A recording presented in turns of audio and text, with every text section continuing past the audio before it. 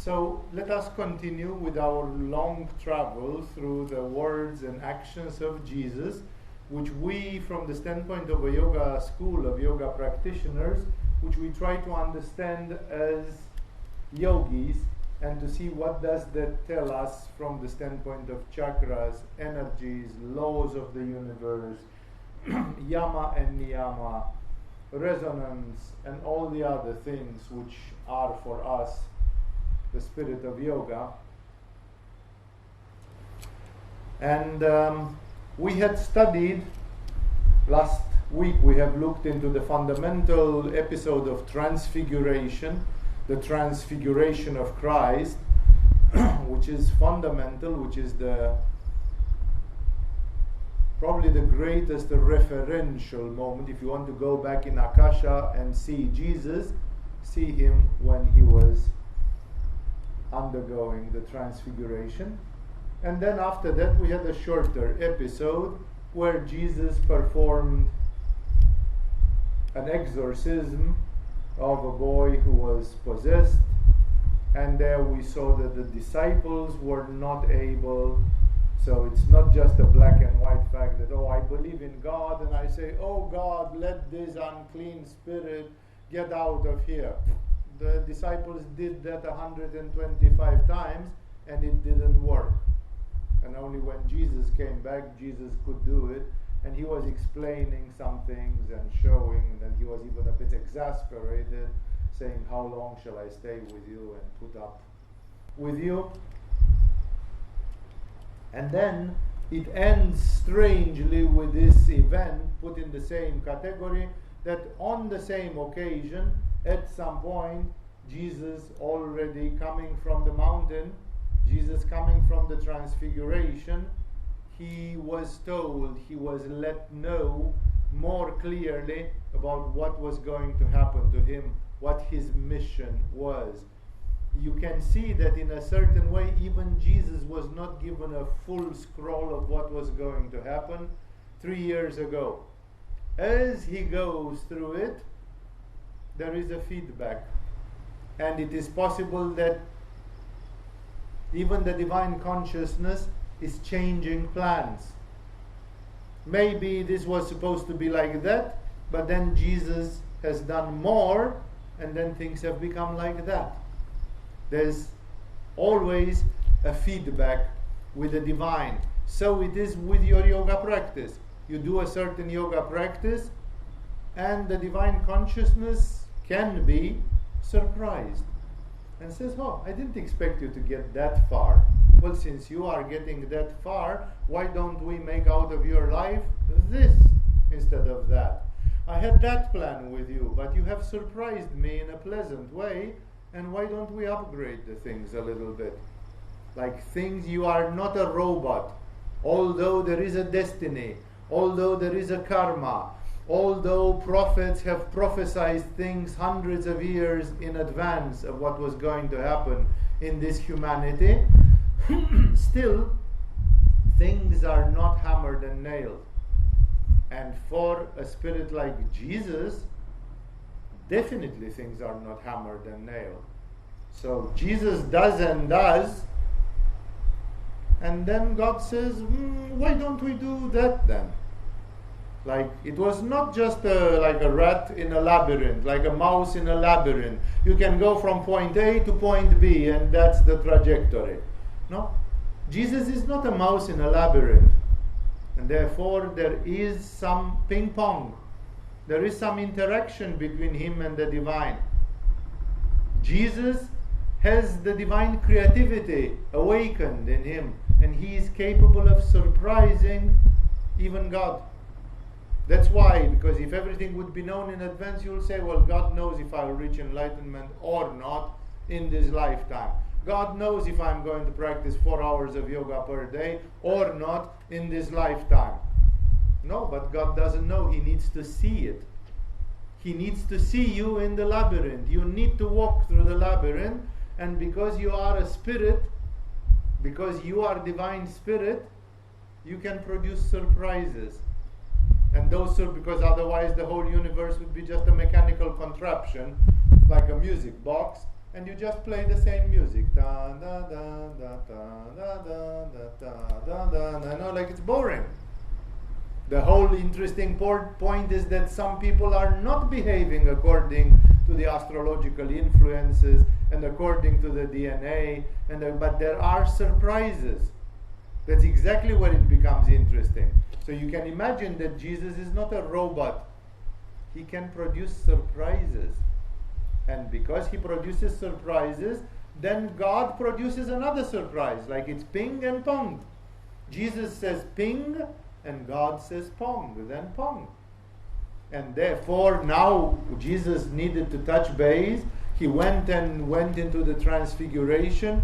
He spoke with Moses and Elijah, and he comes back and says, God told me pong. No? Like things have been updated, upgraded.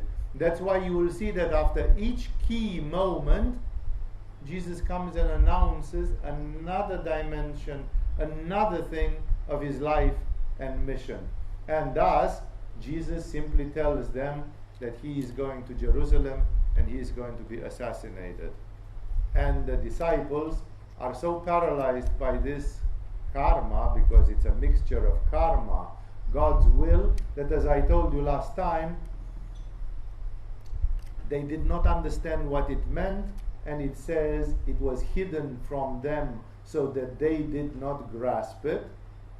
And then when Jesus was arrested, everybody was running away like chickens with their throat cut off, although Jesus told them 3 months in advance or 1 year in advance or something, look, be careful, I'm going to Jerusalem, it's going to get bitter. But it's like, if you were warned, why didn't you train, as I was saying last week? Why didn't you make some seminars, like what are we going to do when Jesus gets arrested or crucified? Because he said so. Let's prepare for crisis. Let's prepare to go underground. Let's prepare to fight with the Romans. Let's prepare to do this. Or nobody, everybody was completely unprepared. Although Jesus said it several times, they were unprepared. And he says it was hidden from them so that they did not grasp it. And they were afraid to ask him about it, which I made fun of this thing last time, which is so formidable, that they were afraid. Why were they afraid? Like, your teacher says when we go to Jerusalem they are going to kill me. And then you say, I don't even feel like asking him about that. Why not? It's a very important event. You should be prepared. Well, if somebody tells you, if I would tell you I have visions and I can see that the Third World War is coming and that it will be a nuclear war and the air, the water, the food will be fucked up 99% on this planet, then any one of you who would be intelligent would say, what have you seen in those visions?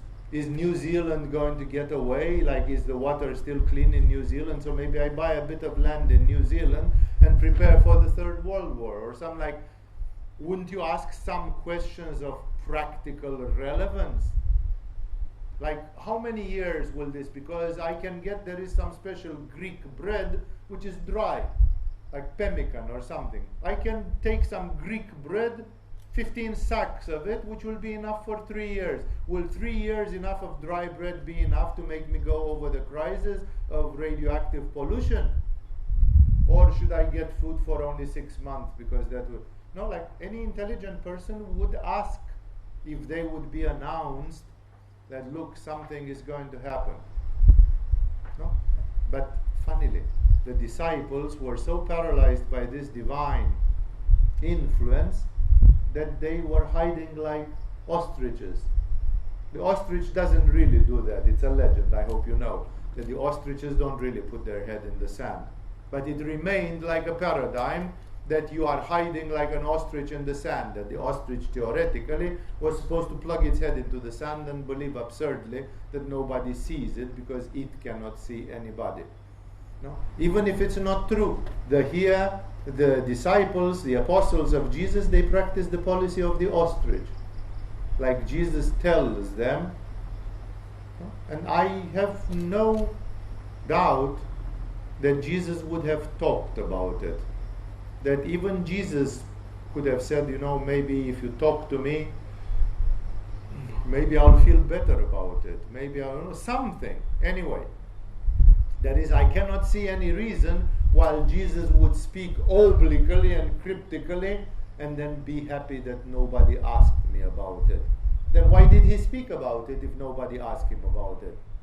He could have kept it like a total surprise anyway.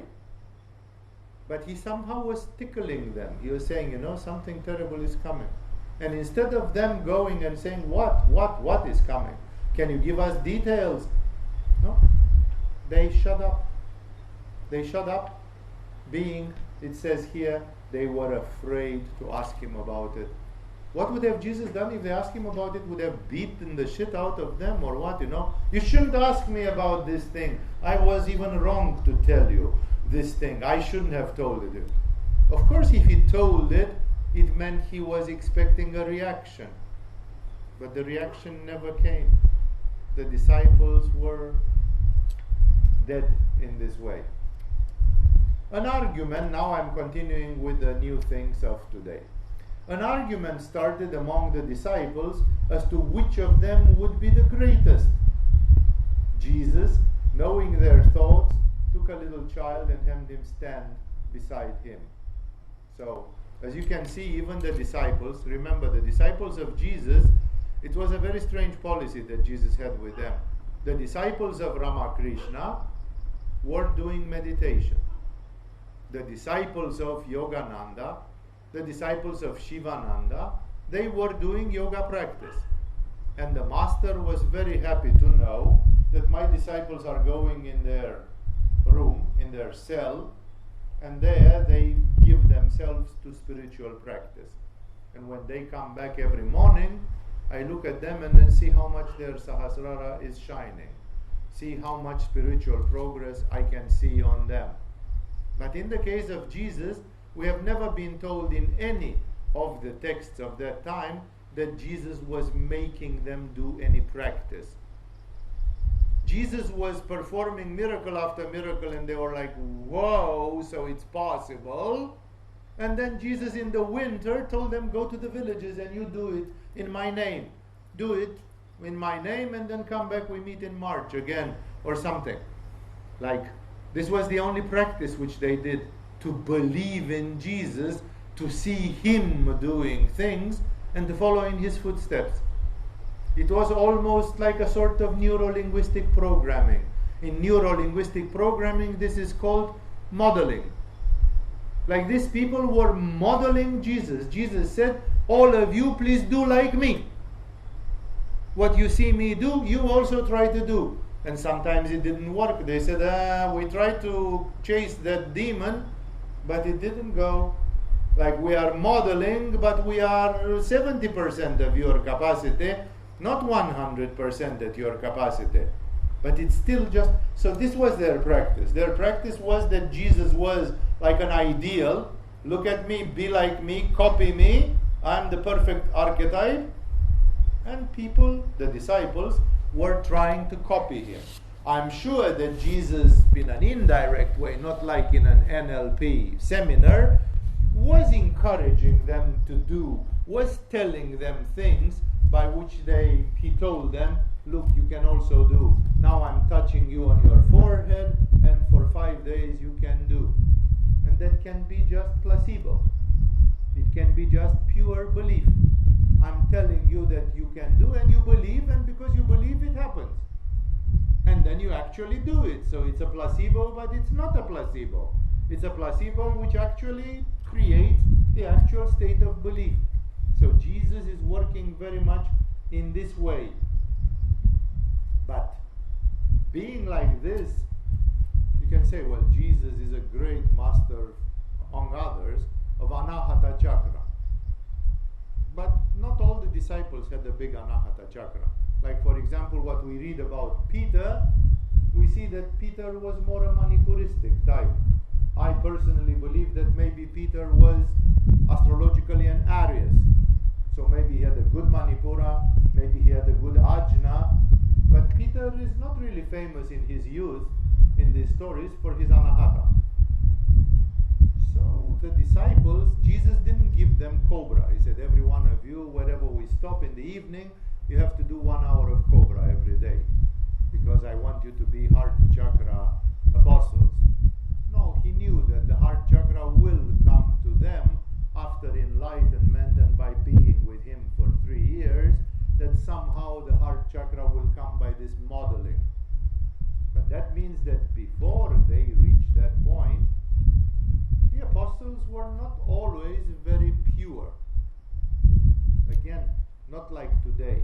Today, when we say that there came somebody to Agama and did half a year of yoga and they were not very pure, that means something very different than what it meant 2,000 years ago in Palestine. These people were living with God. They saw him bringing people out of the death. He walked on water, healed the blind, and so on.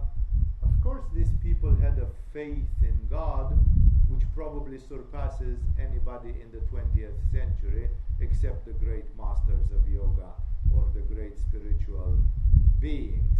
No? So, of course, relatively in those days, in a simple culture with a simple mind living with Jesus, they probably were quite pure.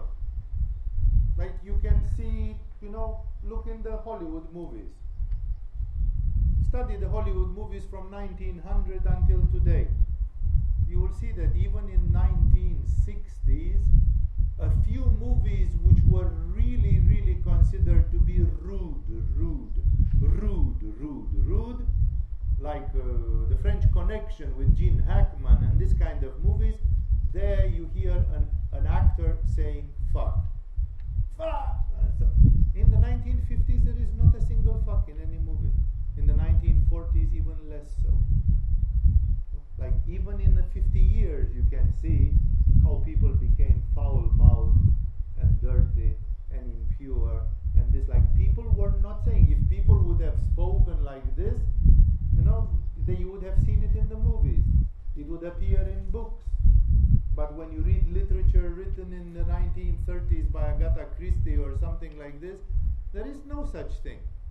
Later, it appears. So if such a decadence has happened in only just 100 years or 60 years, imagine how people were at the time of Jesus, where the language and other things were very puritanic and the behavior and this. So the disciples were relatively clean compared with what is today. No, I have seen people introduced to great gurus, like to Swami Krishna Nanda, the follower of Swami Shivananda. He was the leader of the Divine Life Society. And there comes some Jewish tourist, some Jewish traveler in the 1990s, and goes there, and people say, "That's Swami Krishna," and they say, "Hi, how are you?" You talk like this, but nobody in the 1950s would have talked like this to any Swami or Sadhu from India, There comes a marijuana fiend from Israel and says, "Hi, how are you? You're Krishna Nanda." Like really cheeky, really speaking impolitely, really without any decency or whatever, So these things have happened in just 100 years, in just 50 years. Imagine where we come from 100 years ago, 200 years ago, 300 years ago, not to mention at the time of Jesus. So, of course, the disciples were relatively clean. Like today, these people, if one of them would be here and behave, you'd think that this is some mama's boy who lived with his mother until he was 40 years old and who doesn't say any curse word or any, like they will be like, who, do such people exist? Still, because they didn't do spiritual practice, because the method of Jesus was something very different, because of that, they of course had a lot of manipura and they had still some impurities. Like they were human beings. They were not people from Shambhala. They were not purified human beings. They were more or less normal human beings, even if the human beings from 2,000 years ago were definitely more pure than the human beings who live in this century right now. And therefore, they start arguing. Who will be the boss? Like, because Jesus tells them that he's going to die. And then he says, when he dies, who's going to be in charge? You would believe, people can't think about this kind of things, but they do all the time. Even in Agama, I've seen people arguing if they are going to do some Kashmir Shaivism study group or something, who's going to be in charge? I told them, Shiva, who's going to be in charge? Shiva is in charge of everything. It's like, what the heck are you talking about? No, everybody is looking for human benefits, sorts of human advantages, and even the apostles did that 2,000 years ago. And Jesus, knowing their thoughts, it's not so difficult. It's not like Jesus had to exert some high-level clairvoyance. Sometimes you see it. I have been with different yoga teachers, and there was a guy who was the preferati, like the preferred cardinals to become pope when they make new pope elections. One or two of them are called the preferati, which means the preferred ones, the ones who most probably will become pope in the next one. And the ones who are preferati, they had special chairs fixed for them by some brown nosers. There were some people kissing ass in the hall, who always said, yeah, this is for Guruji and this is for Walter. They were already kissing the ass of Walter because Walter was looking like he's going to be the next boss. And therefore, I've seen it, that people, start giving to themselves a certain importance. Like, what is the importance? You came to a guru to reach samadhi. You came to a guru to practice, to open your crown chakra, to become free like Shiva. And then you can as well turn your back and go and never be seen again.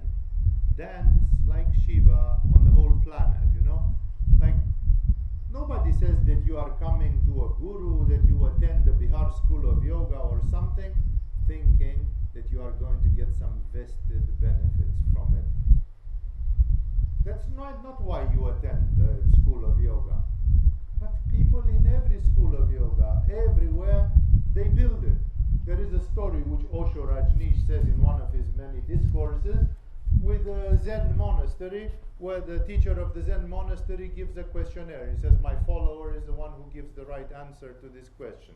Some of these crazy Zen questions. And everybody forwards the question, and most people secretly hope that they will be the next sensei, the next Roshi, or whatever these gurus of the Zen environment are called. And there was one who everybody knew, this is the champion, like this is the number one in the monastery. And the guru reads all the answers, including the answer with loud voice, including the answer of this guy, and he says, well, no, you didn't quite get it. And everybody is disappointed. But anyway, it has been said that this guy is probably not going to be the next leader of the monastery, because the master said, I'll be dead soon, so I will designate a successor. In the night, the master comes and knocks at the door of this guy. And the master says, of course you got it right. We both know that. But I did not want to say it with loud voice, because I know that these people envy you and they are going to murder you.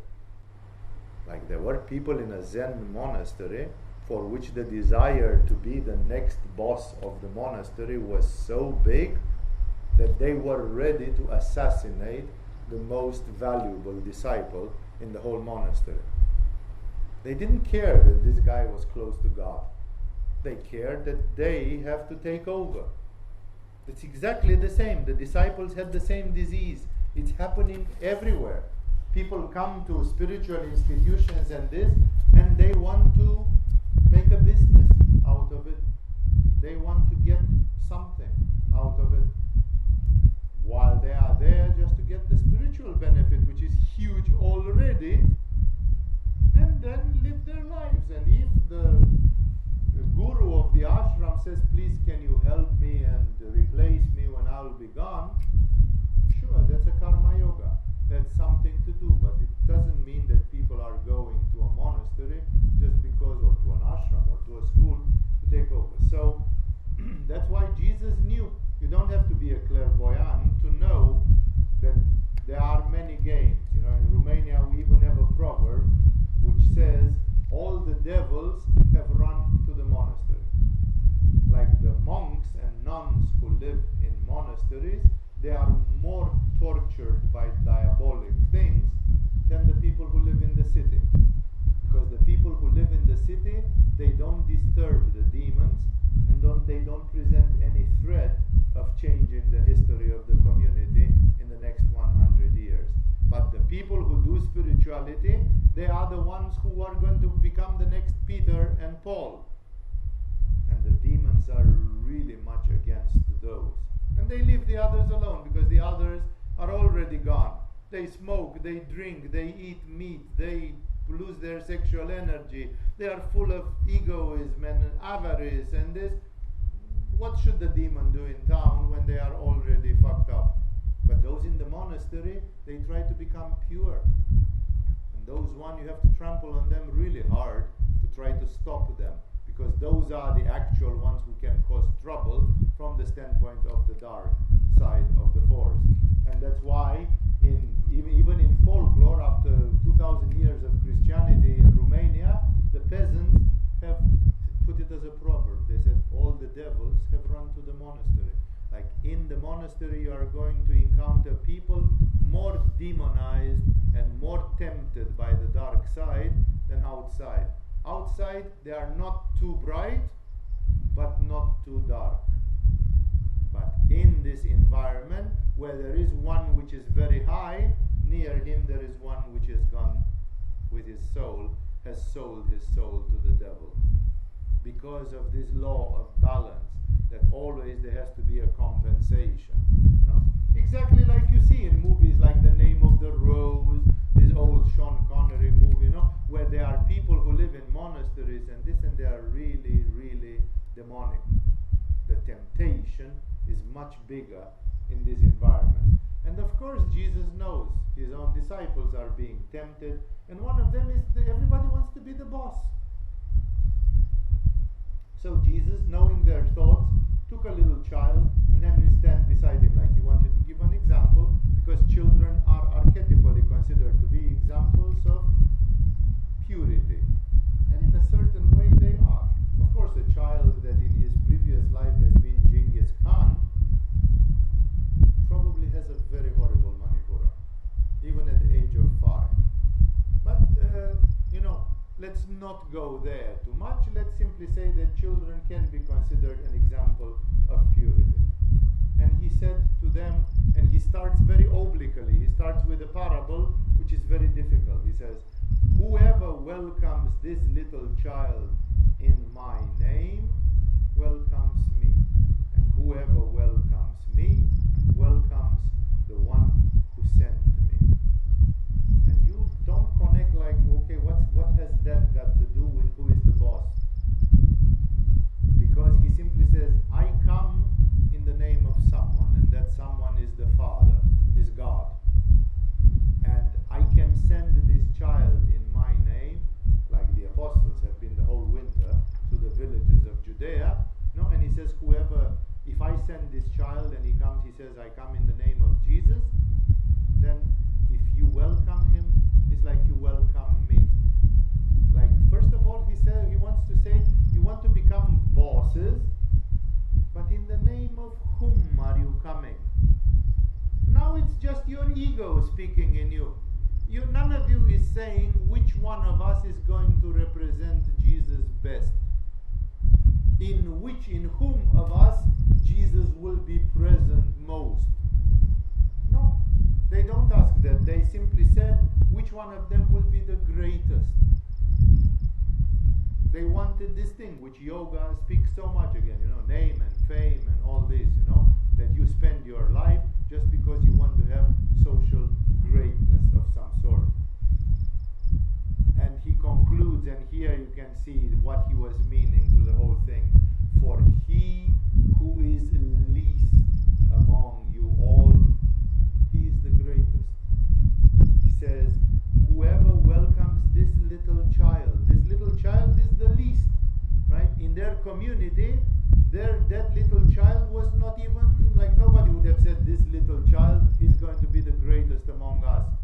Because that little child was not even a disciple of Jesus, was not even one of the apostles. That little child happened to be there. Probably it was one of the children of the people who were visiting Jesus, who were around Jesus. So he took him just like an example, like, who is this little child from the standpoint of our own little community?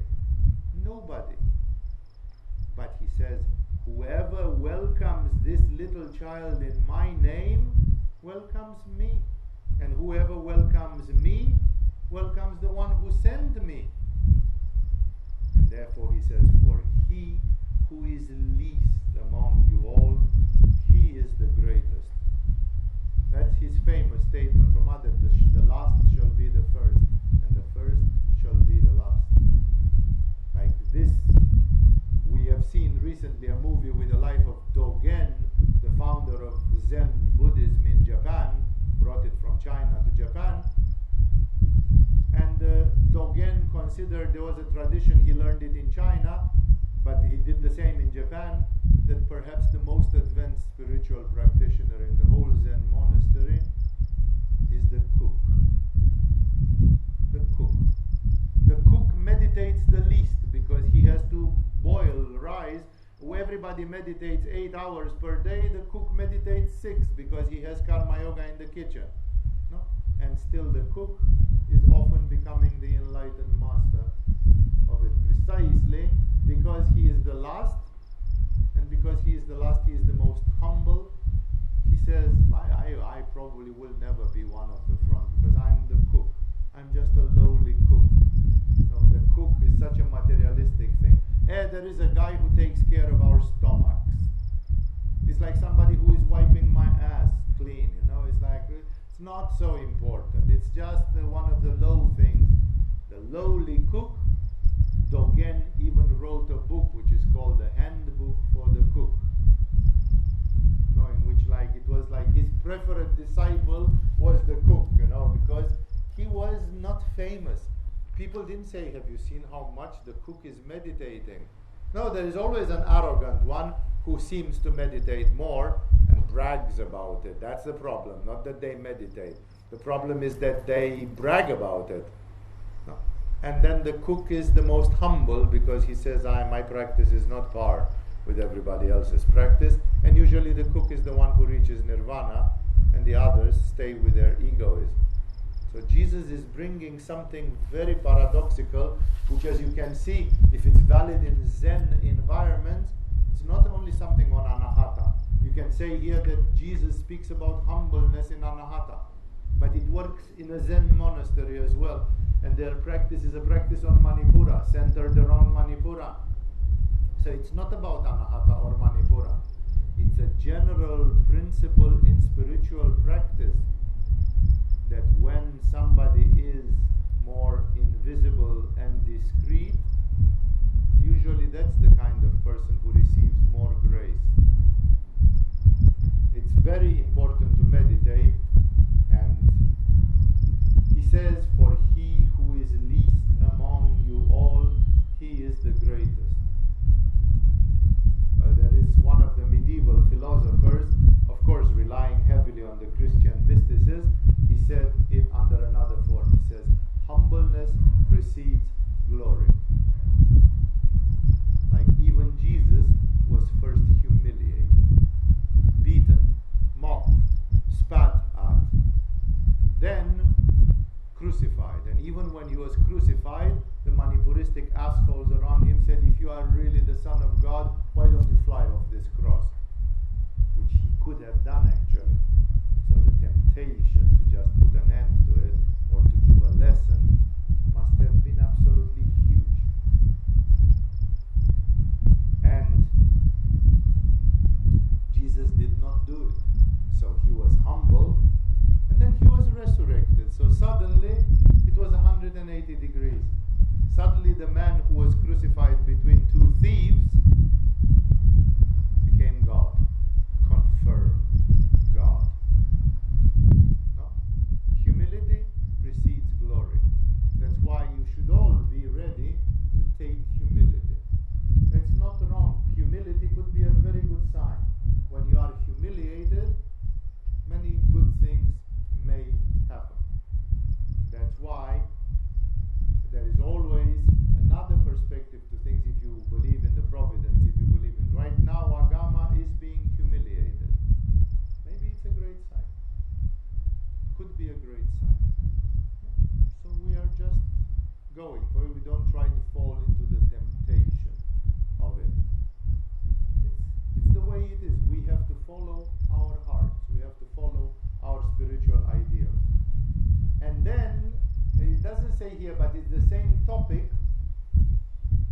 John, the famous John the Apostle, he interferes and he says, "Master," said John, "we saw a man driving out demons in your name." Like somebody who was not one of the apostles of Jesus, saw Jesus, believed in Jesus, and he said, if Jesus is so big and other people do things in his name, I can as well. And he was going around and saying, "In the name of Jesus, be healed." And sometimes he was succeeding, maybe all the time, we don't know. But he was having success. And John is puzzled because he said, "I think only we have a license. You gave us a badge that we are the sheriff. We are the town marshal. We have a badge which says that we are the apostles of Jesus." And then there is that guy who is not contributing, who is not paying his due. He doesn't cook rice together with us or whatever they were doing, but he's doing healing work in your name, and he's not even your disciple. Like, it's unfair. And therefore he says, "We saw a man driving out demons in your name, and we tried to stop him because he is not one of us." See, the clan, the gang. This is Alibaba's team. We are Alibaba and the 40 thieves, and who is in the team of Alibaba can have a badge which says, "I am one of the chums of Alibaba." But if you are not, you shouldn't do what we do. While Jesus, on the contrary, says, "If you receive me, you receive the one who sent me." No, and it's like, and John is provoked, like, how far will this go? We saw a man who was driving demons in your name. Realize how widespread this thing with the demons are. Every time when I talk about demons, especially if I go a bit concrete and I say some people are demonized, people think I'm becoming as nasty as the Spanish Inquisition or something like this. But at the time of Jesus and Jesus himself, it's quite obvious that there is a lot of demonic influence to take out. And believe me, in 2000 years it hasn't become less. 2,000 years it's become more, much more. So he says, how far? Now you are telling us that you are not going to say you are the boss, or he who is the least of you. Maybe this child, is coming with humbleness, and if you receive him in my name, you receive God and all that. And then John wants to verify, he said, "Master, we saw even a man driving out demons in your name, and we tried to stop him because he's not one of us." Like, he doesn't have your warrant. But Jesus says, yes, he does in spirit. And Jesus says, therefore, do not stop him, Jesus said, for whoever is not against you is for you. For Jesus, it's always, he said it in so many ways, there is no midpoint. There is no third category. For example, in the famous, I think it's written by Jean-Paul Sartre after Bulgakov's novel, which is called something like The Master and Margaret or something, or I forgot, anyway, something about a mixture between Jesus and Faust of Goethe. And I think the author of this play, it's a theater play, I think it was Jean-Paul Sartre himself, or if not, maybe Bulgakov or something. I didn't quite follow this, because I know that there was a powerful existentialistic influence in this, which was coming from Jean-Paul Sartre. So it was directly Sartre or indirectly Sartre into it. And the hero in this is a guy, and he is a military officer or something, and you never know if he's a religious person or if he's a Satanist, because he's behaving like a manio-depressive, schizophrenic, split personality type of person, and in the end somebody asks him, "Good, what are you? Who are you with?" And he says, "I'm neither with God nor against God. I believe in man." This being, of course, the existentialistic doctrine which is so much present in all the universities of Europe and North America, which is called Humanism. Forget about Jesus and the devil. This is what your grandmother believed in. We have to believe in man. It starts all with the French Revolution. At the French Revolution, Voltaire and Robespierre and all, they believed in man. Man is the measure of all things. Friends, this is called Luciferianism. It's a form of Satanism. Humanism is Luciferianism because it means man can do everything without caring about God. Like God is not important. You can take God out of the equation. The only thing which matters is man. And this is called humanism, the doctrine of believing in the human being.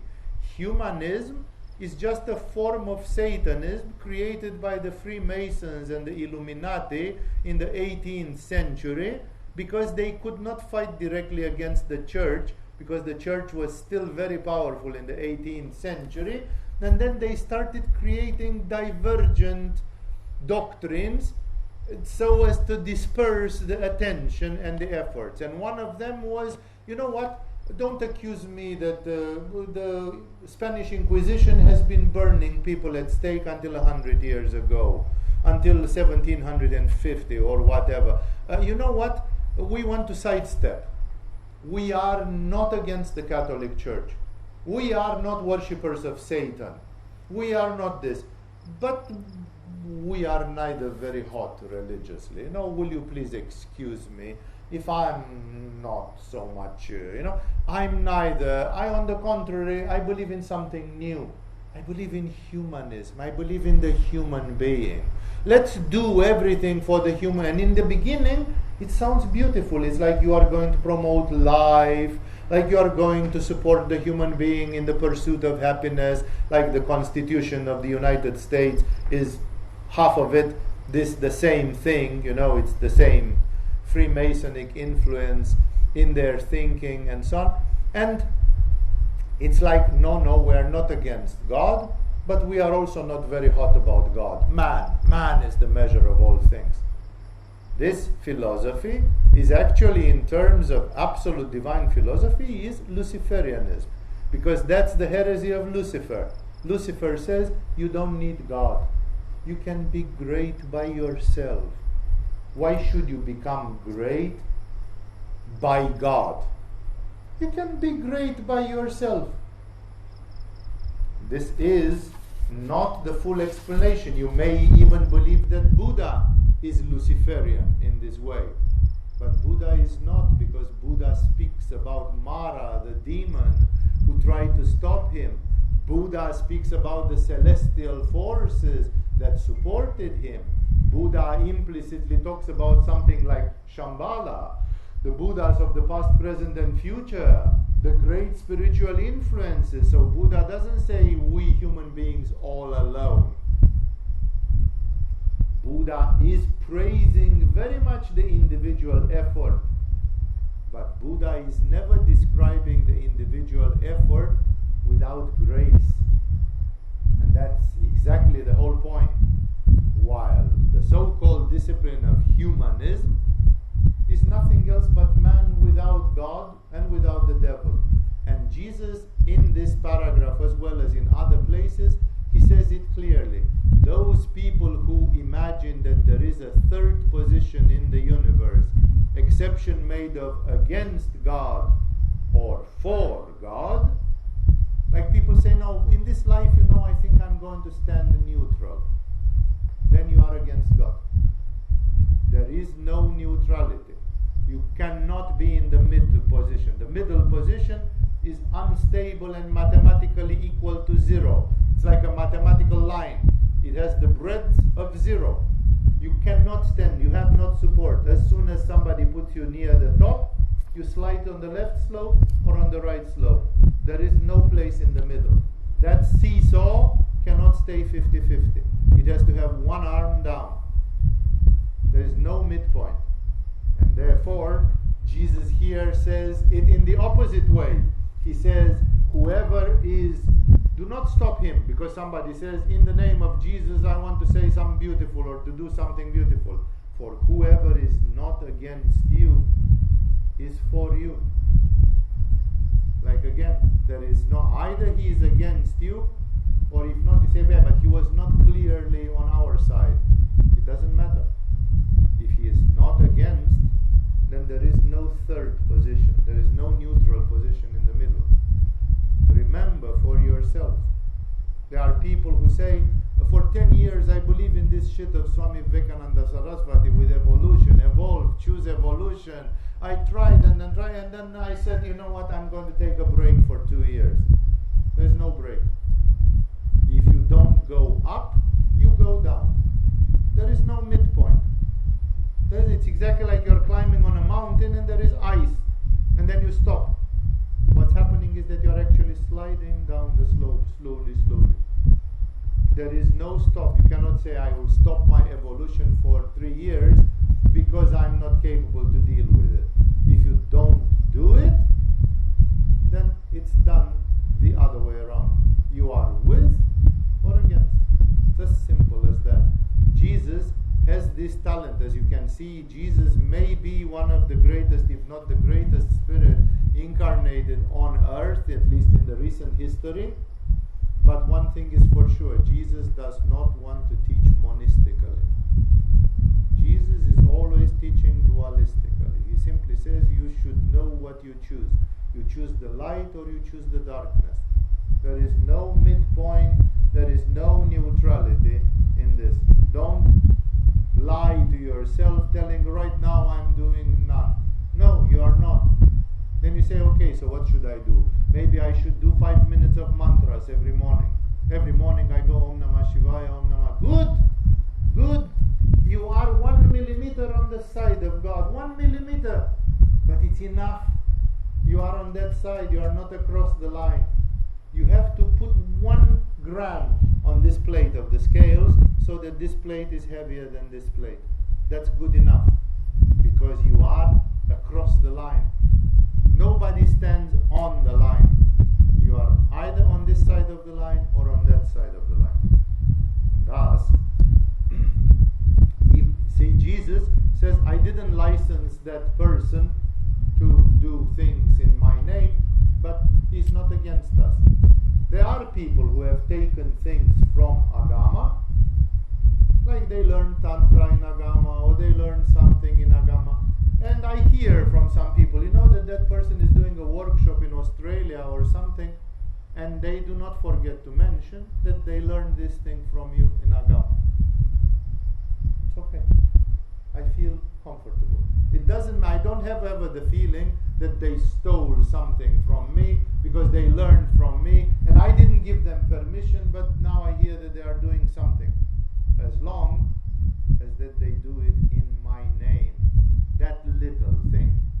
If they would not do it in my name, because if you mention the name, you do it, you say, this is something which I learned from Jesus. By reading the Gospels, I've learned this from Jesus, and I'm giving it to you. Then you speak in the name of Jesus, and Jesus accepts you. But if you don't, if you fail to mention, then it's something completely different. And this is a very important argument for you to think, how am I going to live my life from a spiritual standpoint? What did I learn? In whose name I act? Because as long as you have not become Buddha yourself, you always act in somebody's name. You say, I am a Yogananda fan. For me, Yogananda is the thing. Yogananda, I read the book of Yogananda 30 years ago. My heart is with Yogananda. As Yogananda said so very well in his book, Sri Yukteswar did this and that. Great. You are acting in the name of Yogananda. And Yogananda is happy if you do that. Provided that you do it okay. Like you don't go and say, I'm teaching you yoga in the name of Yogananda, and then you steal everybody's wallets. No. Then you are dishonoring Yogananda. People say, well, we thought you came really in the name of Yogananda, and now we see that you made a fool of yourself. You are actually a thief, and you try to take advantage on us. So of course you can spoil your reputation and expose yourself. But if you do things to the best of your ability, like this man, there was man driving out demons in your name. Obviously he was doing his best. And and they tried to stop him because they were fanatics. And Jesus says, don't be fanatics. You are fanatics because you want to take my place. You are wondering who is the boss when I'll be dead. No? You already have built up an institution. For you, that's what matters. Who's going to be in charge? Who will reap the benefits? Who will decide upon the money? Who will do this? Who will do that? So, he says, whoever is not against you is for you. Things have to be clear. And the story continues. As the time approached for him to be taken up to heaven, says the author, so now we are close to the bitter turn of events, Jesus resolutely set out for Jerusalem. So Israel is a relatively small land. Even if you go on foot, 10 kilometers per day, you take it really easy. In 10 days you will be to Jerusalem, or 12 days or something. It cannot be too far from Jerusalem. So we are talking about the time coming close. Jesus then, he set out for Jerusalem. You can only imagine what was in his heart if he was on the mountain with Moses and Elijah, and they told him, you are meant to do something very big. Almost nobody did like what you are going to do, but you are going to die badly, and it's going to be bitter, like prepare for 3 days of hell. Jesus nevertheless set out resolutely for, he's a Vira. He's going for it. It's like, sure. And he sent messengers on ahead who went into a Samaritan village to get things ready for him. But the people there did not welcome him because he was heading for Jerusalem. If you don't know Jewish history, you won't understand this one, because the Samaritans were not Jewish. The Samaritans were what the Jews called Gentiles. There were different tribes in the Middle East, Gentiles, and the people belonging to those tribes were called generally Gentiles, and it means they were non-Jewish. And there was a city between where they were and Jerusalem, a Samaritan city, and Jesus said, tonight we are staying in your village. And guess what? The people were so idiotic, they must have heard about this Jesus, but now Jesus was like an Orthodox Jew, he was going to Jerusalem, the Passover was coming, and therefore people said, yeah, you see this Jesus, he's talking and he speaks against the priests and this, but when it comes to the Passover, he goes obediently to Jerusalem like every other Jew. He is no better than... they were irritated by the fact that although he was how he was, nevertheless at the same time, in some respects, he was also aligning himself with the Jewish religion. And people were irritated by this, especially these Samaritans who were living just near the Jews, and the Jews were looking down on them like, these are the non-believers, we are the chosen ones, and these guys are the dirt of the earth, Gentiles and so on. They had a very, very, until today, some Jewish lineages, they have a super racistic and super discriminatory orientation towards these guys who are not Jews, especially the Gentiles, the different tribes in the area. And of course the Gentiles probably had their own Manipura, and when the Jews were giving them the finger, they felt like, okay, you also take the finger, and you are not better than us, you just imagine that you are better than us, you just think you are better than us, but we are also human beings who have a relationship with our God in our way, and the fact that you just rub it in our face that your religion is supposed to be better than ours, that is only just causing irritation and all that. So the people, there were people in that geographical area, which is not very big. Remember, everybody must have known him by now. It looks like this is the 3rd year of the mission of Jesus, the final year. And therefore Jesus had been around for 3 seasons. They must have known him when he was raising dead and walking on water, Like, who hadn't heard about Jesus in the telling to each other in the evening in their villages. So therefore and still when they heard, now Jesus is doing the pilgrimage to Jerusalem. Okay, we don't like him. This week we don't like him because this week he just plays to be some obedient Orthodox Jew, and he can fuck himself. He can just go, but not through our village. We are not interested. Like the ice was very thin. The balance was very thin. Jesus may have been sympathized when he healed somebody who was a Samaritan, and Jesus, if you remember, there is a parable of the Samaritan woman, that the Samaritan woman took a Jewish guy, felt him who was wounded, and she put oil on his wounds and washed his wounds and took care of him. And Jesus said, see, this woman who is a Samaritan, she is more holy than all of you because she actually did the good deeds in front of God and all of that. So Jesus was himself trying to break this wall between Jews, non-Jews. He was becoming friendly to the Romans even, who were the tyrants, the oppressor of that nation in that century. Jesus was trying to build bridges all the time. And these people, this week, they didn't like him. They simply said, no, now you are too much of a Jewish Orthodox. Stay out of our village. You are a nice guy, you are interesting sometimes, but right now, no. When the disciples James and John saw this, they asked, Lord, do you want us to call the fire down from heaven to destroy them? Jewish Manipura, it's like, let's have some revenge here, It's like these people dared not to receive you. It's like we could take some revenge, and now they become bold. These little puppies who don't know pretty much anything about religion, and Jesus took them from being fishermen and most of them illiterate, now they are getting cheeky.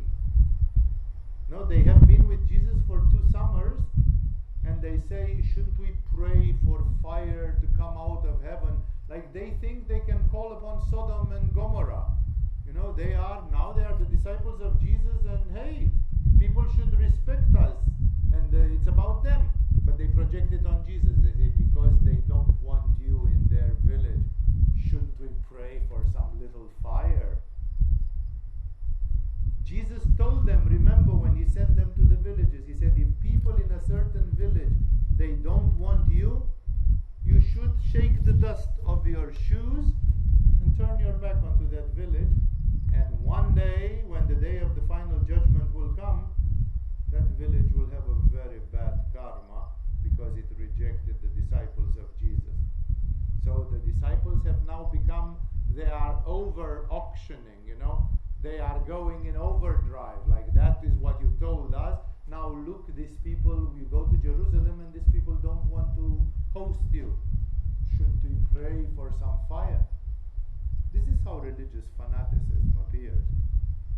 Even the disciples, because they were not enlightened, they want some revenge, they want some quick retribution. Some signs should be showed up quickly.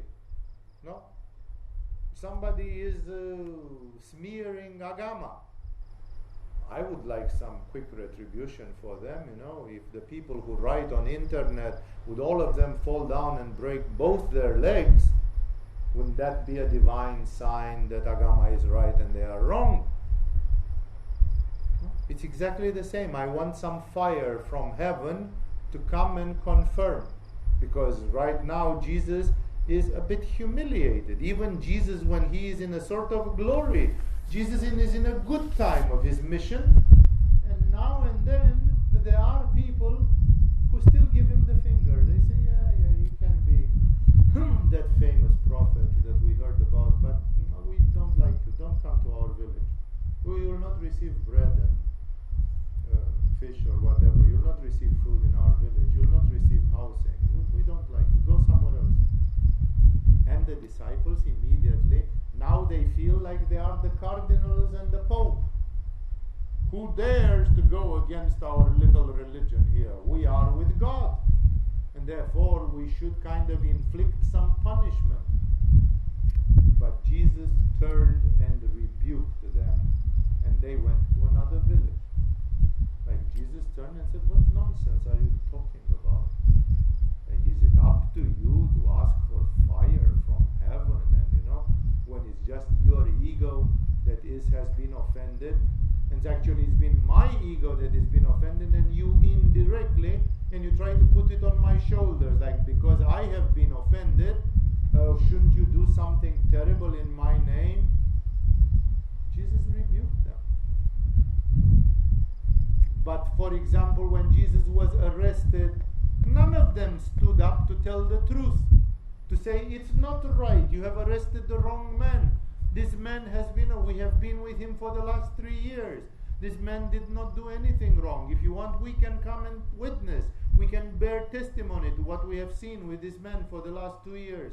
There was not one of them. Not one of them was in front of the high priest. Not one of them was in front of Pontius Pilate. When Jesus was evaluated, suddenly they were all disappearing. But when they were dealing with the village of Samaritans, they wanted to bring some fire from heaven for those jerks. When they should have had the courage to stand, they didn't stand, they ran away. And then when they were a gang, they said, "Maybe our gang does not have weapons, but we can call fire from heaven. We've been with Jesus for 2 years and we have learned to pray to the celestial forces." I'm sure Jesus must have taught them things about angels, archangels, the 9 classes of divine entities, finishing with the cherubim and the seraphim and other such things. Like, there must have been some further, deeper instruction which these people have received, and they were ready to use it. Now they wanted some retribution. When they were feeling strong, like cowards, and when it was the real time to show character, then everybody disappeared. So this is very illustrative about the human nature and the fact how people constantly do not understand Jesus.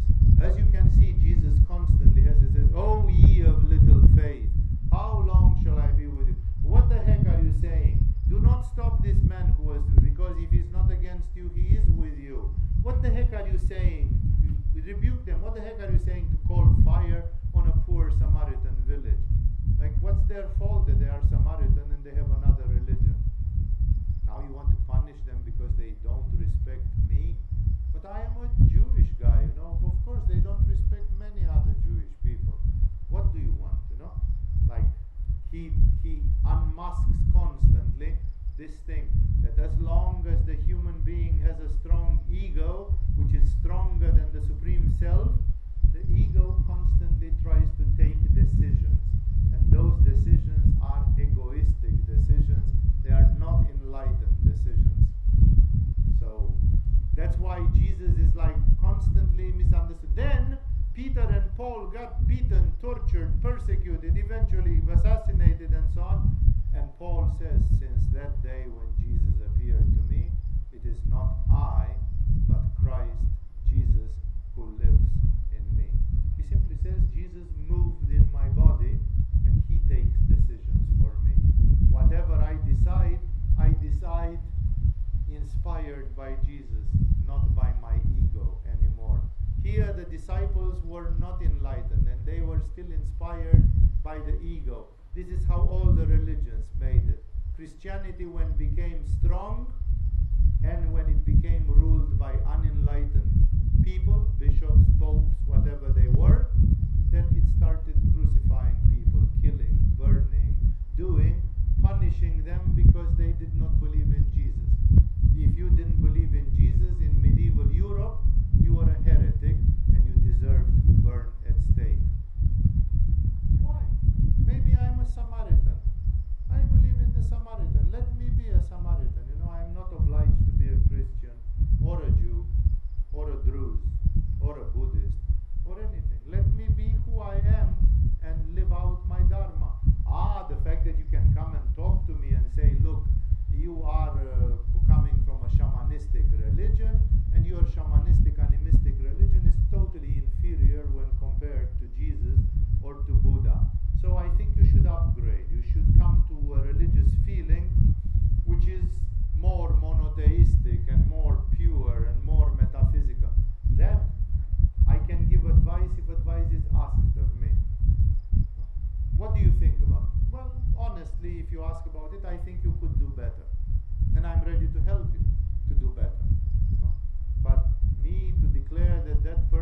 Buddhists has to be burned at stake because they don't believe in the same way in God in which I believe, it's absurd.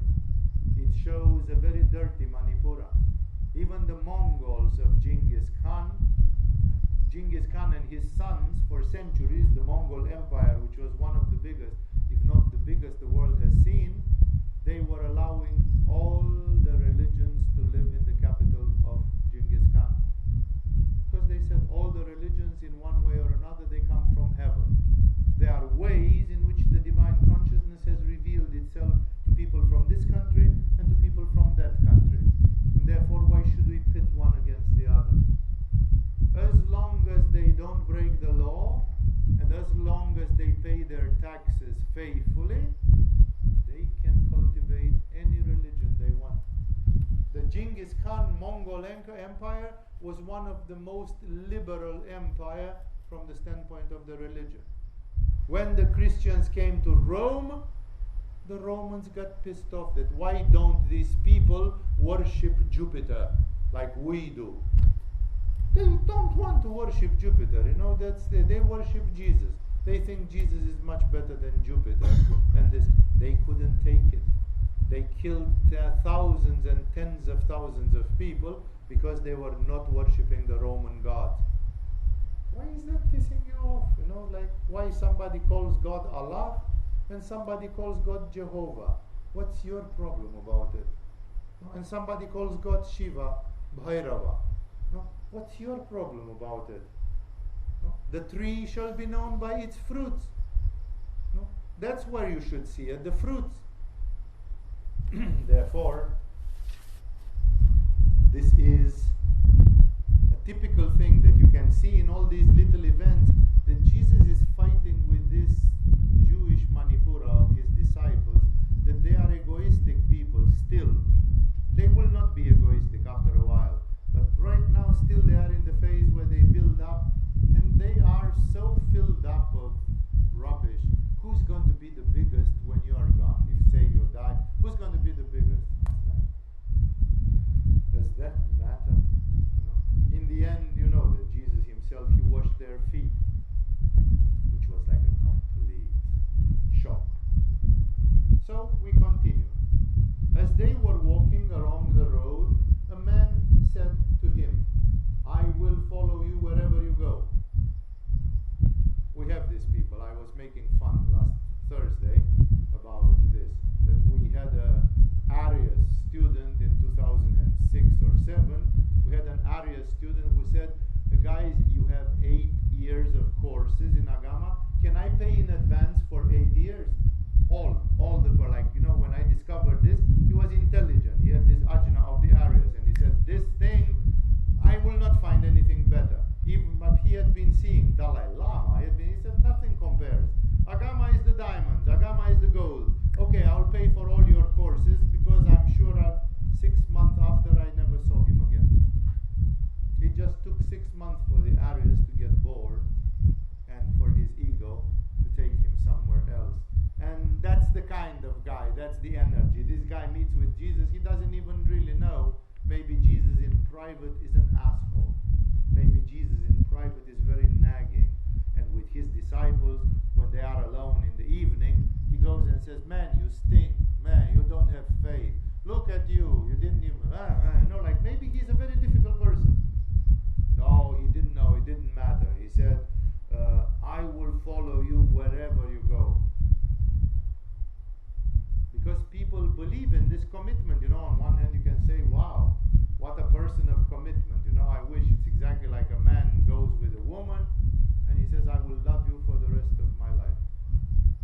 Let's get married, I'll be committed to you. Wow, wonderful. People don't have the balls to do such a commitment. So this is a man who commits, he sells his soul to Jesus. But Jesus knows, you're talking out of ignorance. This is just a form of, like some people say, and it's their ego, it's their persona, it's their mask, it's their personality. Some people say, Swamiji, I'm a very reliable person. If I said I will do this in 3 years from now, I will do it. That's just a person who brags about the fact that he holds his word. ego. That person simply says, I always hold my ego. And here, my word. And here is an example. I'm promising to you that for the next 3 years I'll do this and I will do it. It's very beautiful from the standpoint of willpower, self-discipline, and tapasya. But you should not brag about it. You should do it without trumpeting, without blowing the trumpet. You should actually let me say, wow, 3 years ago you said that for the next 3 years you'll do it, and now I'm looking at you and I'm congratulating you. You've really done it. I never thought somebody can do this. Like, let me praise you. Don't you say it. Because when you say it, it's a form of announcing a form of your ego. It's just a form of the ego which says, you know how much willpower and you know how much I am a man of my word. I will do this, and this guy says, I'll follow you wherever you go. And Jesus gives him an answer on Anahata and higher, not on Manipura and this. Jesus gives him an answer of total detachment, because Jesus basically tells him, I'm spirit, I'm God.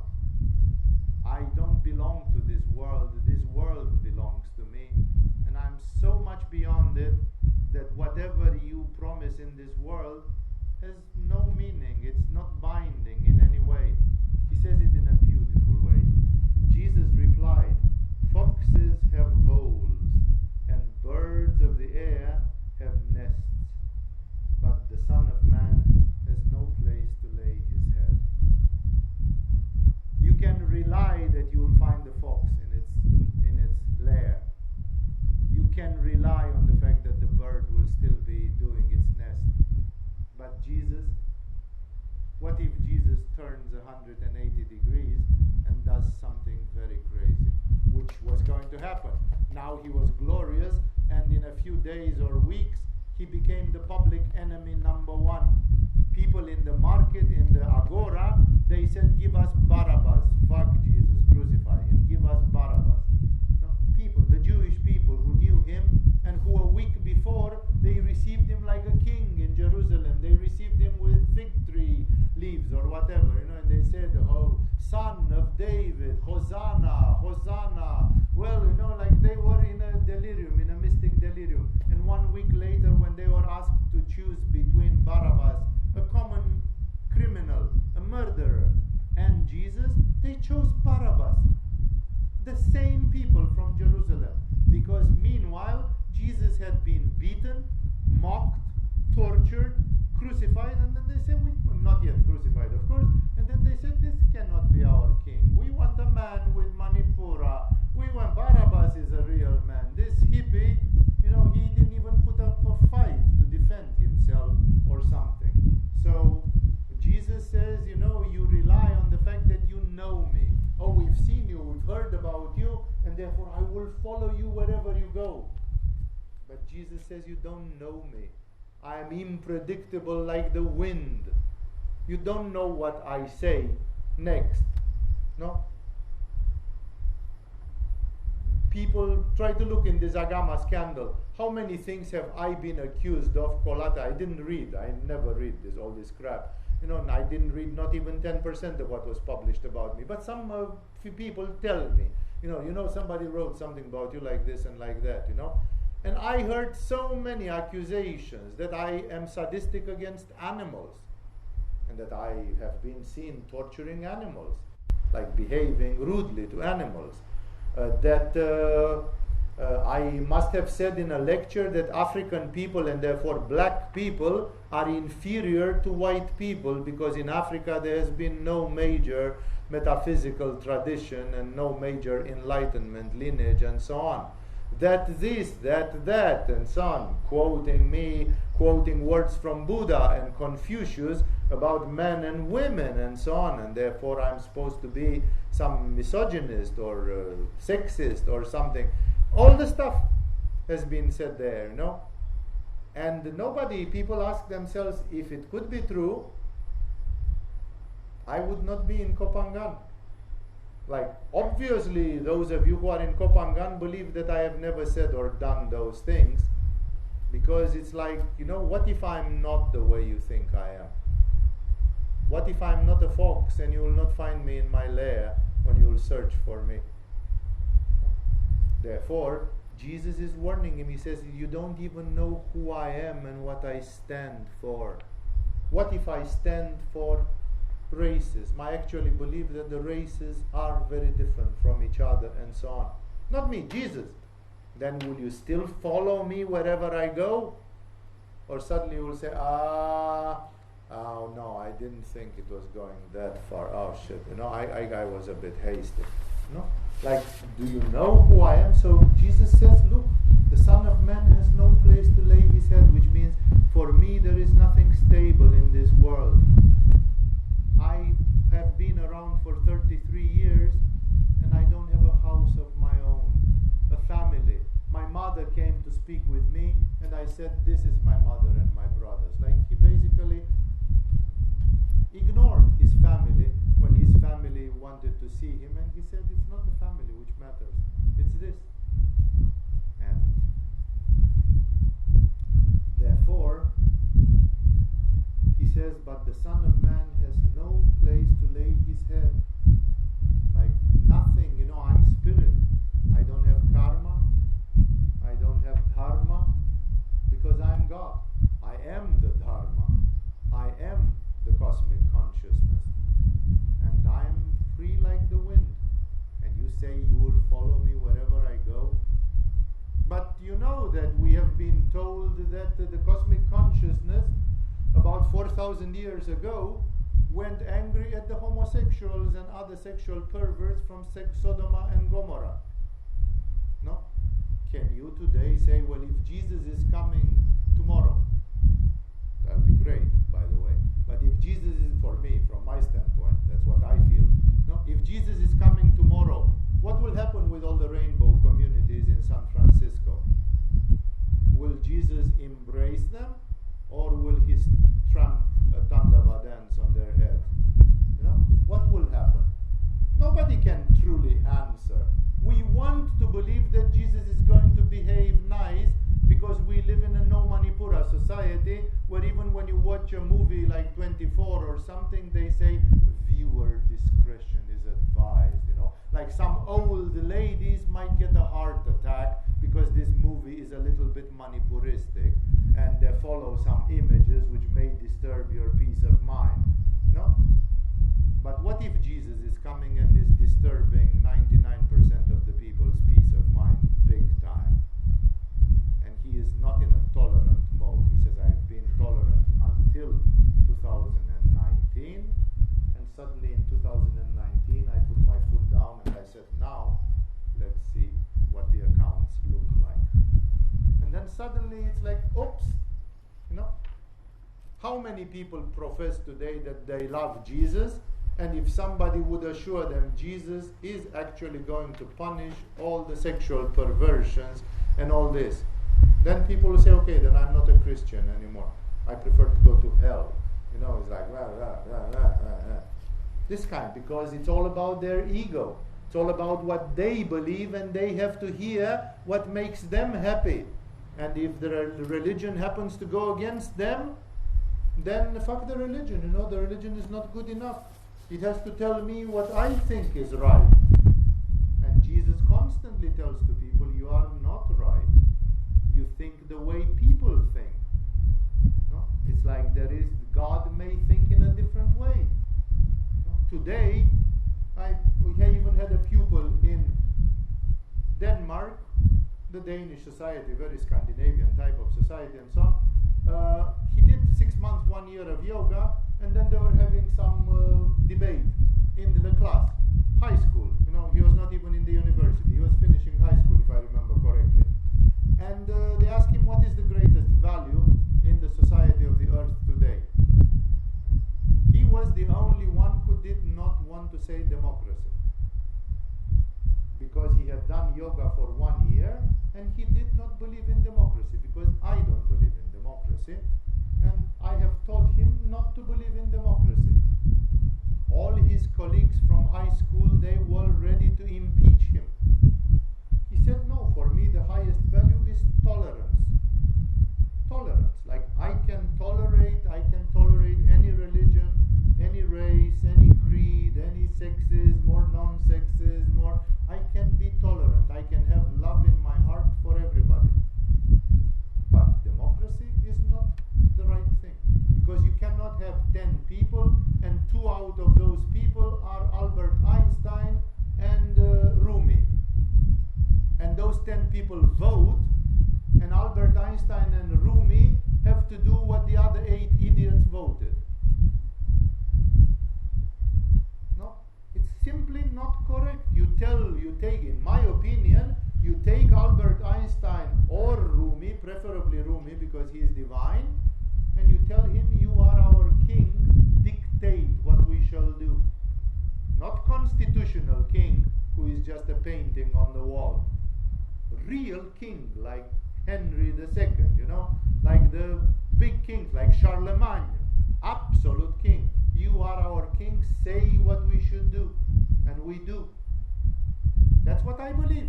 I know I'm not the same page with most of you, because most of you want democracy.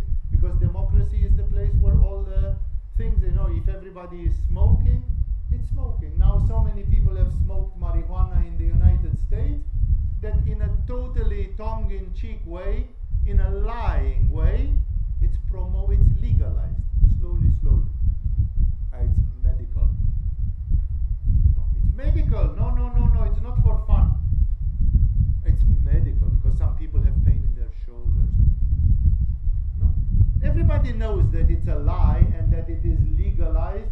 In a way, why haven't they been brave and they said, you know what, we are a decadent society, all the hippies have smoked marijuana for 50 years, marijuana is freely available on all the roads, there is no high school student who did not try marijuana 100 times and so on.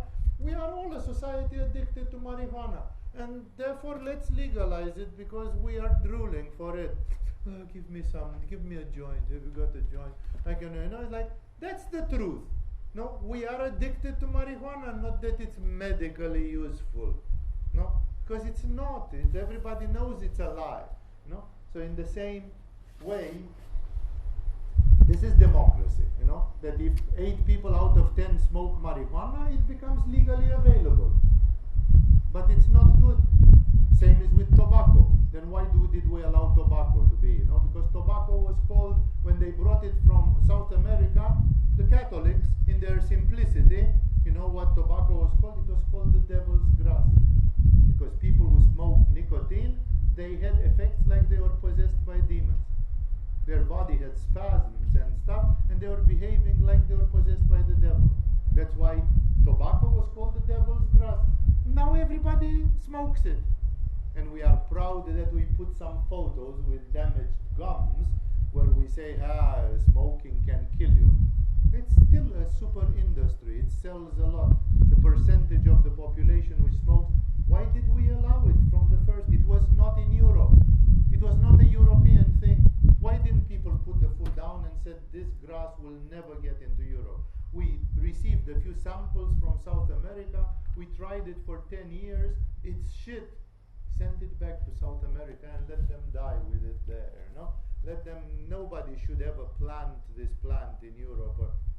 No, it was accepted, This is why I say, if Jesus would have been there, he would have said, don't do that. Nobody does that. No?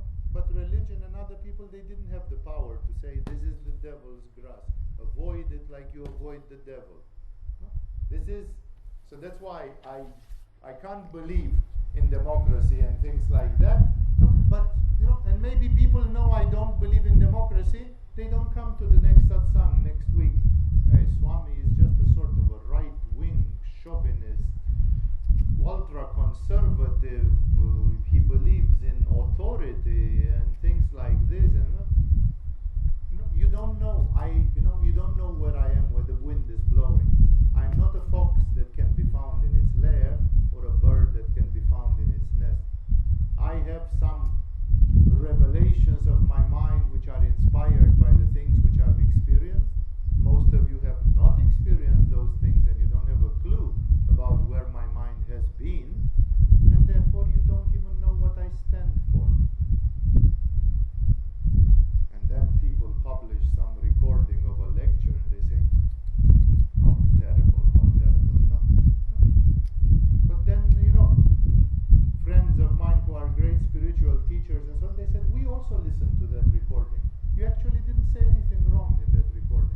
said everything according to the tradition. Yeah.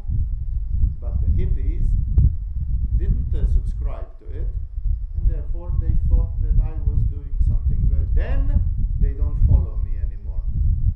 No? There are people who did Guru Puja with me 2 years ago, one of my biggest mistakes in my life, that I allowed them to do that, and they said, Swamiji, you are my guru, and then those people 6 months later, they were fucking me in the ass. My mistake, I'm the idiot that I allowed them to do that and so on, because they basically soiled their soul. They took a vow which then they broke violently. Will that do me any harm? No. I'm actually a martyr because they did that to me. But it will do a lot of harm to them. And it was my mistake that I allowed them to be, I will follow you wherever you go, like a chill out. Sit down, talk to you in 2 years. It's like, I like your enthusiasm, and I would prefer to see that enthusiasm materializing in deeds rather than to hear some big, precious statements. And therefore, Jesus says it very beautifully. He says, he answers indirectly. He says, I'm not like the birds and the foxes, I'm unpredictable. He says, the Son of Man has no place to lay his head. Like, you don't know where I'm going to be tomorrow.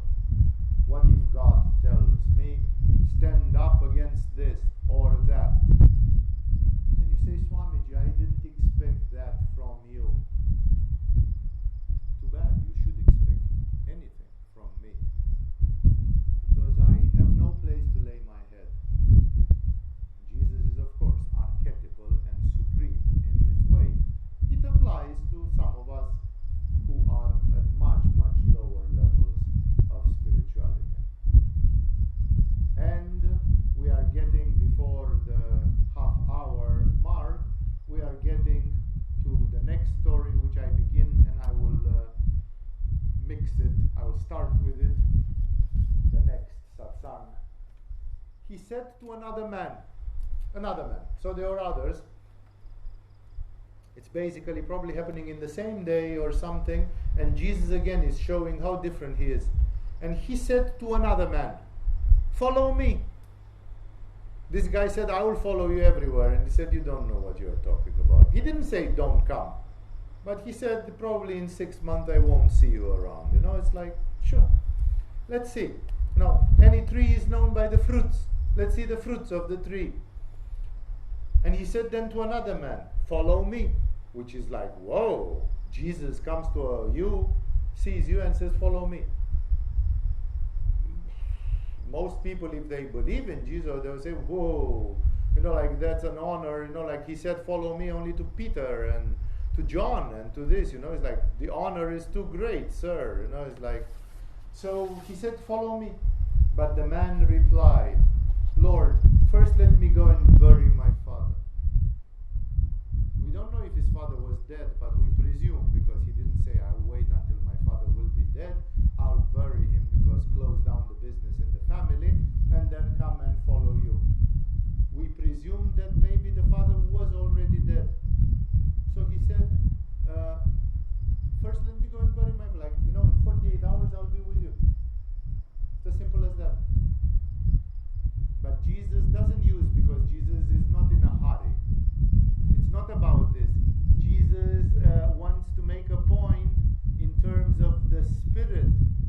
Like, what's your spirit about these issues?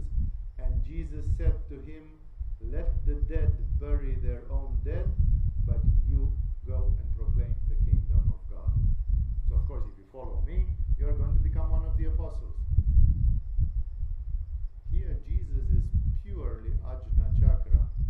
Sometimes people say, Swami, you have been inconsiderate because some people suffered.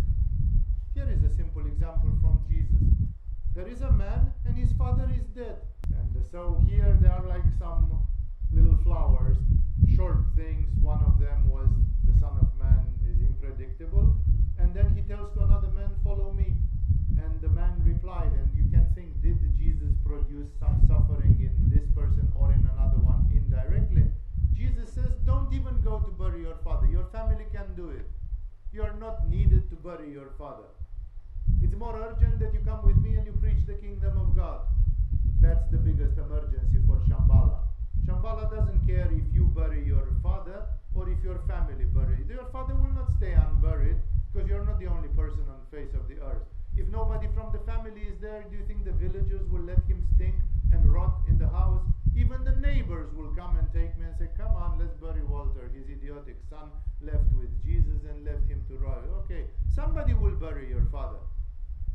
It doesn't, it's just a convention. You're just following a convention. But then try to think, if this guy, he had a mother, and the mother was alive, the wife, and the mother was saying, Walter died, and my son is going to help me with the funeral. And then she hears, your son left with Jesus. When your father is still cold in the house, you know? Like, did she suffer? Do you think she would suffer? I knew a yoga guru. He knew a couple of girls who were twin sisters, and these twin sisters were having not so much manipura, and they were very dependent on the family. This was happening in Romania, and it was tight Latin connections with the family. It's not like in England or in Germany or this. The family is really, really tightly connected in Eastern Europe, especially in a Latin country. And whatever is you have to do things with the family, for the family, and the family tells you what university you should study and with whom you should get married. Not 100%, but they poke their nose into everything you do in your daily life. And so it's a different kind of environment than, I'm a Danish, and when I was 16 years old, I told to my family, fuck off, and I went to live alone, and ever since I never spoke with them. I don't know what my family is doing or something. So these girls were really connected with their family, and they have been raised by their grandmother. The parents had one of the grandmothers alive, and she was the one who was cooking food, sewing their dresses, doing everything. She was the universal nanny. And when they were 22 years old or something like this, the old grandma passed away. This was happening in a city 300 kilometers away. Like, to go to that city, it took 4 hours. They went to their guru and they said, what should we do? And the guru said, you don't go to the funeral. It was really, really bad. The family suffered. Everybody accused them that they were in a brainwashing cult, and that they were, their father and mother said, we hate you. You are not our daughters anymore. How can you do such an awful thing, And for what? Like, they didn't even have anything in particular to do except attend some yogic activities, but they were minor. It's exactly like somebody will say, Swamiji, my grandma has died. I'm not coming next week to the satsang. I'll be back in 2 weeks, but next week I'll have to miss the satsang. And I will tell you, don't go. Stay with Jesus. Stay with me. Not that I am Jesus, but stay with Jesus indirectly, and stay here, stay with the Spirit. Look at Jesus, what an ajna chakra he has. He said, let the dead bury their own dead. Like, your father goes to hell, your mother goes to hell, all these Jewish citizens there, they know nothing, they are doing nothing. I'm training you to become my apostle. And can you compare that with burying your dead? Fuck your dead, and fuck all the conventions and all this that people say, but he must be present at the funeral. No, he must not. It's just hypocrisy. It's just Vadistanistic thing. So every time when you fight against these Vadistanistic conventions and all these Muladharas, Vadistana, social rules and so on, people are petrified and people suffer. We don't know. It doesn't say if this guy followed Jesus.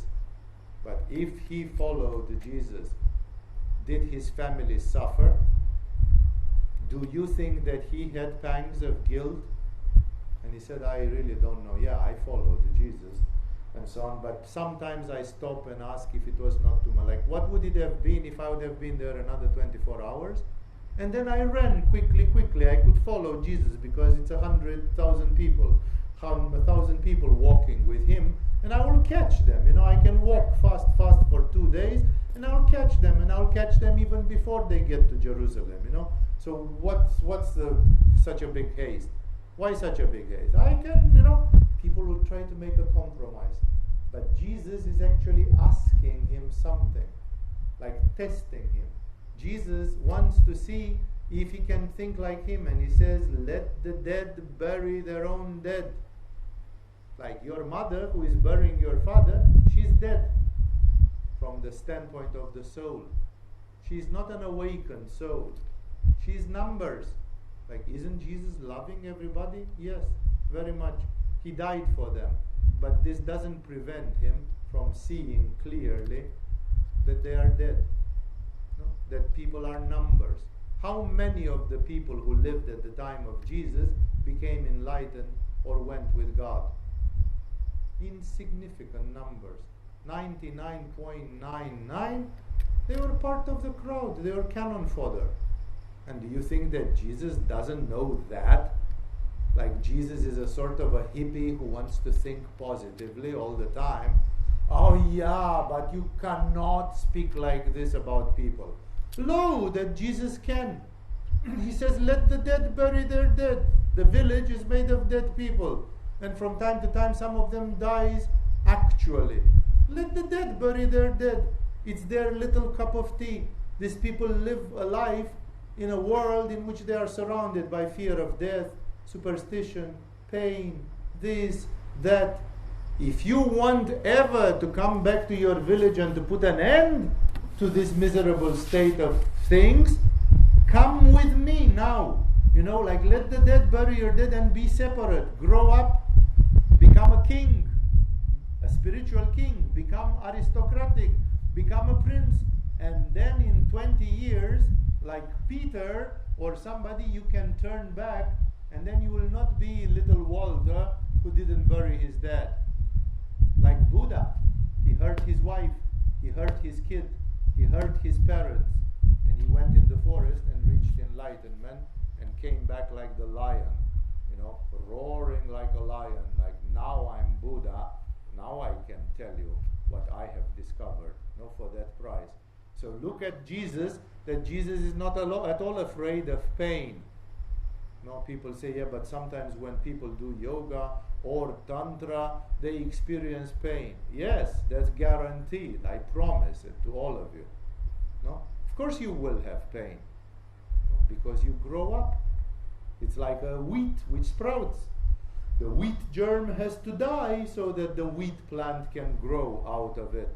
Your ego and your limitations have to die so that a Buddha will grow out of your flesh and blood. And that hurts. And Jesus is not afraid of it. He says, let the dead bury. Like, that's the world of Svadhisthana from where you come, and I'm trying to extract you from that world. And this extraction can sometimes be painful. I am coming from a functional family with parents loving and devoted. You don't know what a tragedy it was for my family and parents when I started doing yoga. All the forms of scandal and pain, I've had them. My parents proclaimed me the ultimate bastard in this world. That how comes that I don't care about their heart when they gave their blood and saliva to make me a grown-up human being? How come that my mother is going to have a heart attack? My father is going to have 2 heart attacks. Everything is going on my shoulders because I'm such a bastard that I'm vegetarian and standing on my head and doing yoga and so on. My family accused me of all the monstrosities in the world in full seriousness while they were crying, like they were in pain and agony. And I was sitting there and looking at the pain of my own parents and could do nothing about it, because the only choice was for me to give up my aspiration. And I could not give up my aspiration, not for my life. And therefore I had to go through it and so on. And then I understood perfectly what Jesus said. Let the dead bury their dead. No? What were they going to do? What will the father of this guy and the village do for this guy when he himself will be old and sick? We are all human beings. Yeah, but then 30 years ago I shouldn't have chosen to stay with you in the village. I should have chosen to follow Jesus, because then at least I had a chance to reach something else, to be victorious, to have a victor. Like this, I'm just, when I'm becoming agonizing, you say, welcome to the club, we are all human beings, Okay, next time I will choose Jesus. It's good to know. No? So maybe this man followed Jesus, and maybe in a previous life he had the same test and he failed it. And his subconscious mind told him, don't fuck up the second time. Go, go, go. Yeah, but my mom, my dad, the village, the people, fuck the village and the people. Go with Jesus is 1,000,000 times more important than the village and the people. That's the truth which nobody wants to say. And it's again not because Jesus does not have compassion. Jesus, precisely because of compassion, wants to take this man and make him into an enlightened man who then can come back to the village and help them more than if he stayed in the village like an ignorant person and said, no, I couldn't really go with Jesus. I had to help you guys. Yeah, you help us 3 units, and if you would have become a Buddha, you would have come back 20 years later and you would have helped us 3 million units. No? But people don't believe in this investment, that you have to invest something so that you develop spiritually, so that you grow up spiritually. We'll start from this next time when I continue with these radical teachings, this time a very Ajna Chakra, kind of sharp, discriminative teaching of Jesus. Thank you all for listening tonight to all these various things. With this we have finished. I'll see you in the other activities here.